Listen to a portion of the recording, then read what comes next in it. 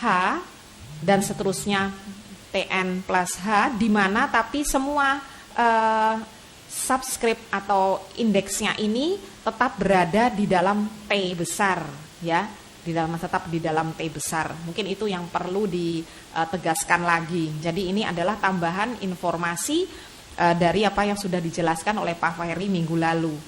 Kemudian oke, terus yang penting lagi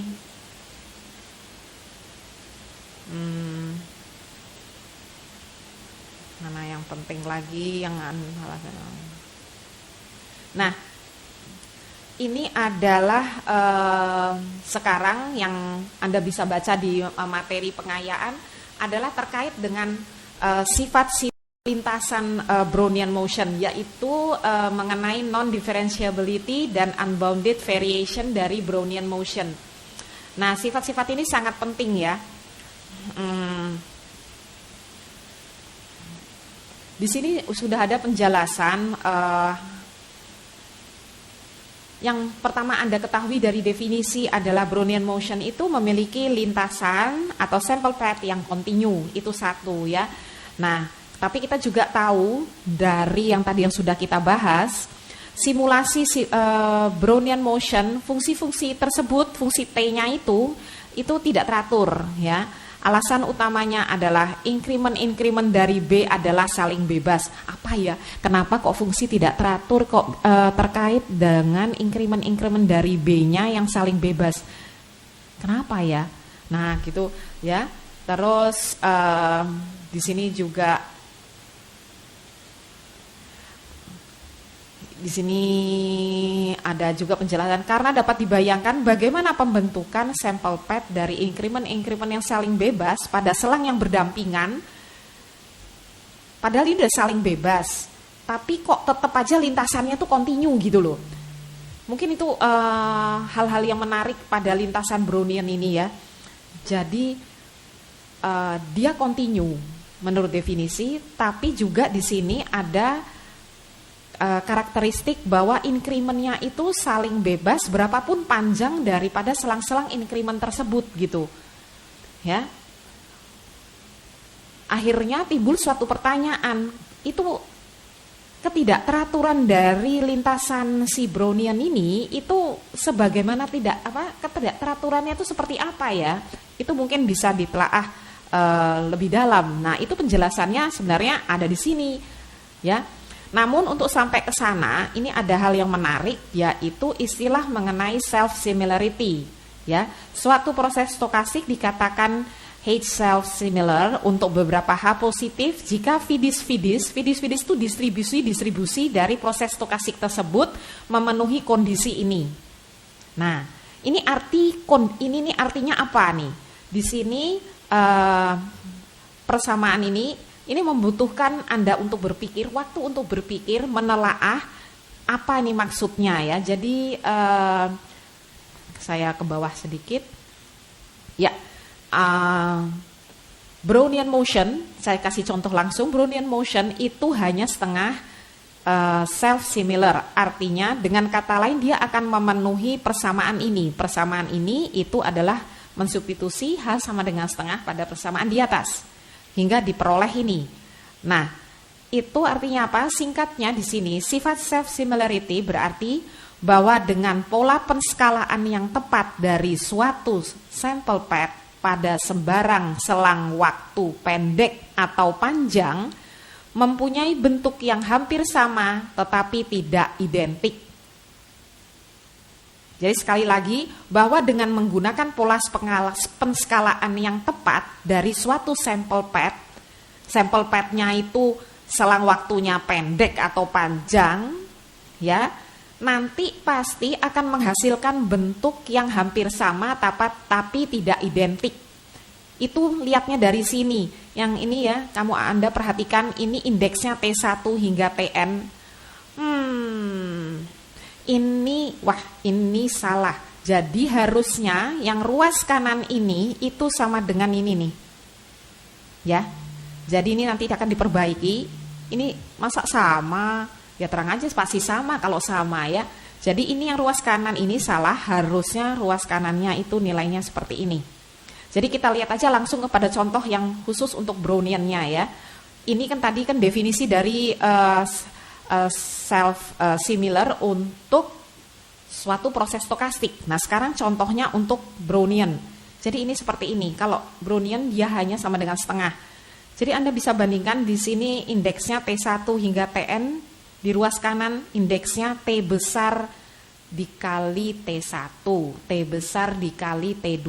Kalau T-nya itu tergantung berapa nilai T-nya. Jadi di sini posisinya bagaimana? Anda bisa bayangkan yang satu selangnya lebih besar dibanding yang satunya, begitu ya? Karena T-nya di sini T-nya positif, ya. Coba Anda masukkan saja nilai T yang positif, Anda jadi bisa mempunyai kira-kira bayangannya apa sih arti dari persamaan ini, ya.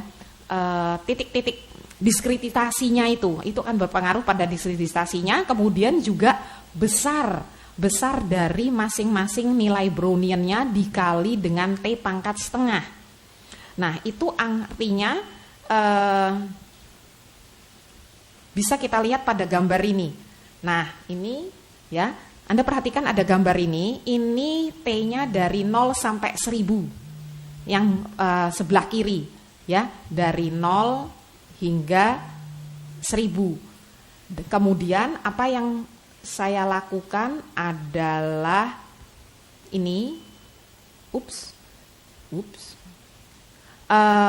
saya zoom in gitu. Ini ada kotak di sini, ya persegi di sini.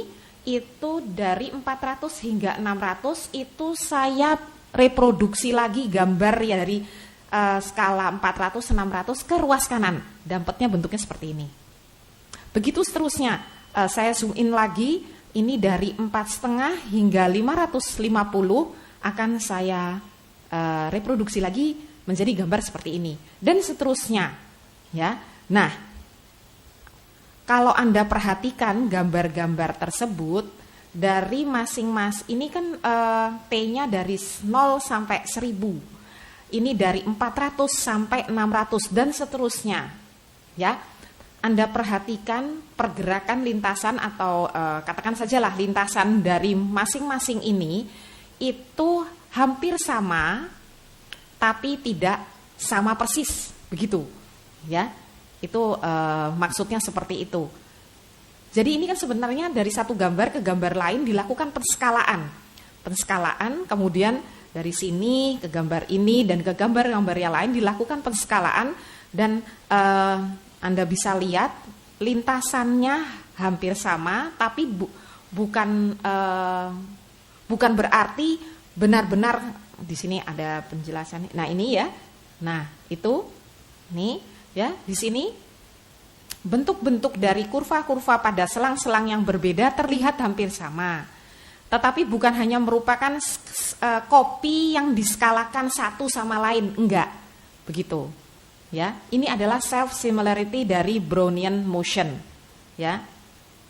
Nah, sifat ini di Brownian motion itu menguntungkan dalam contoh seperti ini. Kalau Anda ingin mensimulasikan suatu lintasan pada lintasan di 0 hingga T besar, maka Anda cukup mensimulasikan satu lintasan pada selang 0,1, kemudian lakukan penskalaan pada selang waktu dengan faktor T dan sampel pad yang sendiri ya ukurannya itu dengan faktor T pangkat setengah.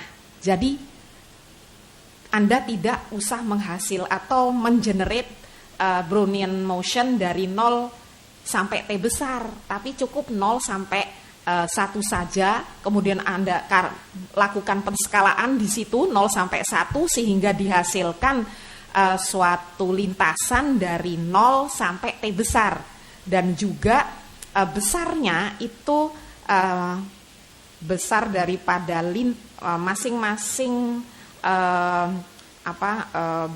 harga Brownian di TT tertentu tadi yang sudah didiskretitasi tadi itu difaktorkan dengan atau dikali dengan T pangkat setengah, maka akan Anda memperoleh suatu lintasan Brownian di 0 hingga T besar.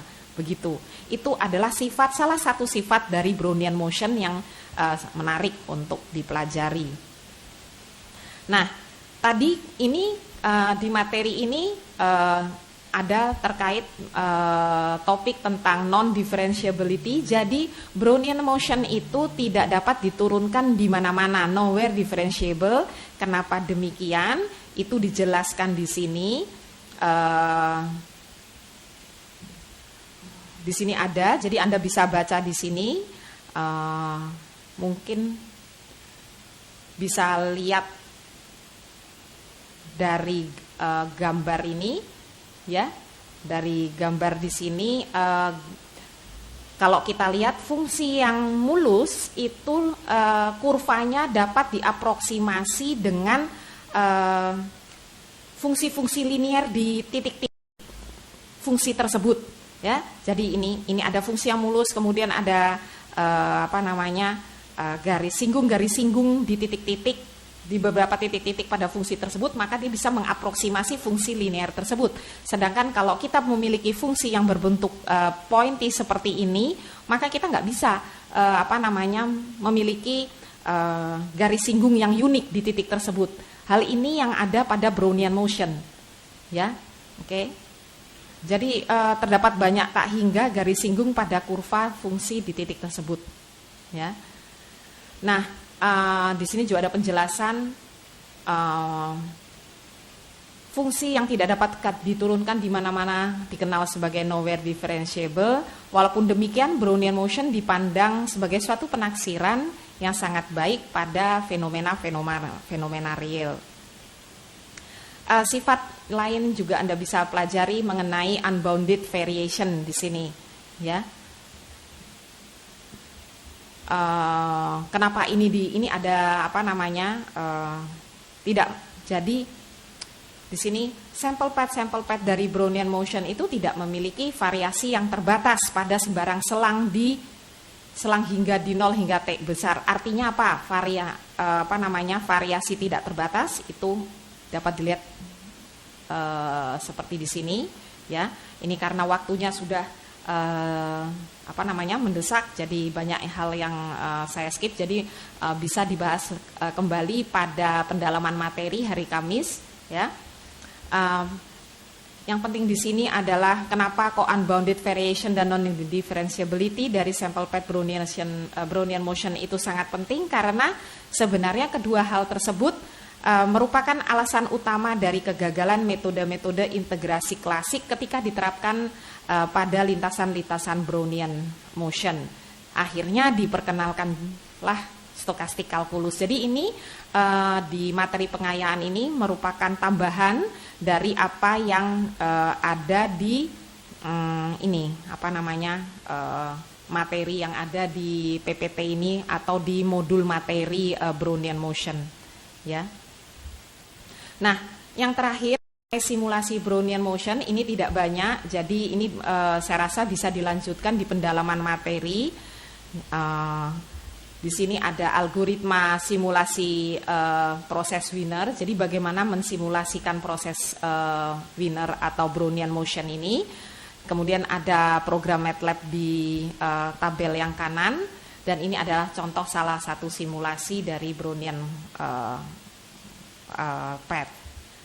Ini daftar pustakanya, kemudian ini ada tugas yang harus diunggah ke Scale, ya. Jadi Anda ada beberapa cara untuk menghasilkan peubah acak Gaussian standar. Di sini contohnya metode Box-Miller, terus ada lagi satu lagi saya kok agak lupa tuh, ya. Kemudian juga ini yang kalau menggunakan fasilitas di MATLAB sendiri, ya. Kemudian tugasnya adalah Anda diminta melakukan penelusuran literatur mengenai metode Box-Muller, kemudian tentukan satu link terkait dengan metode tersebut dan lengkapi tabel ini. Apa komentar Anda terhadap hasil yang diperoleh?